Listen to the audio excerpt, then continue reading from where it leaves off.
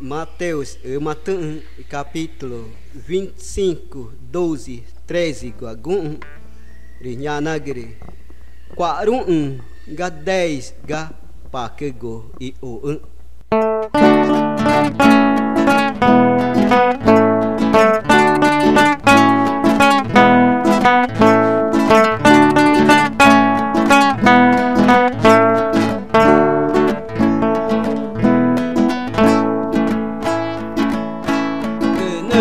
Chị ủ để anh cô mà ta mà bé in chả qua à ta em bé in gờ nhà na gờ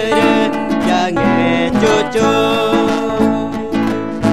để nợ chị ủ để anh cô mà ta mà bé in chả qua à ta em bé in gờ nhà na gờ cha nghe cho nhà na gờ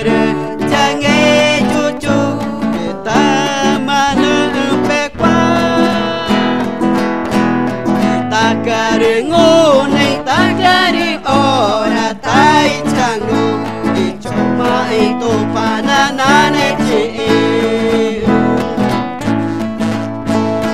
Takari nguneng takari ora tai changu Icoma itu pananane ci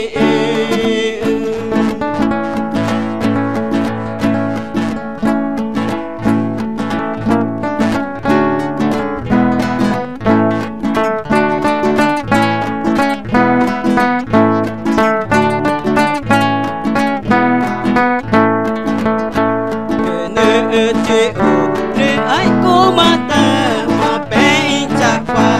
à té em bé in gờ nhà na gờ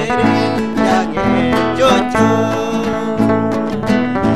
để nợ chị ủ để anh cô mà ta mà bé in chả qua à té em bé in gờ nhà na gờ nhà nghe cho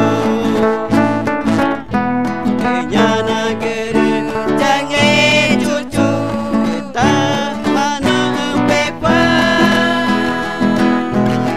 Takari nguneng takari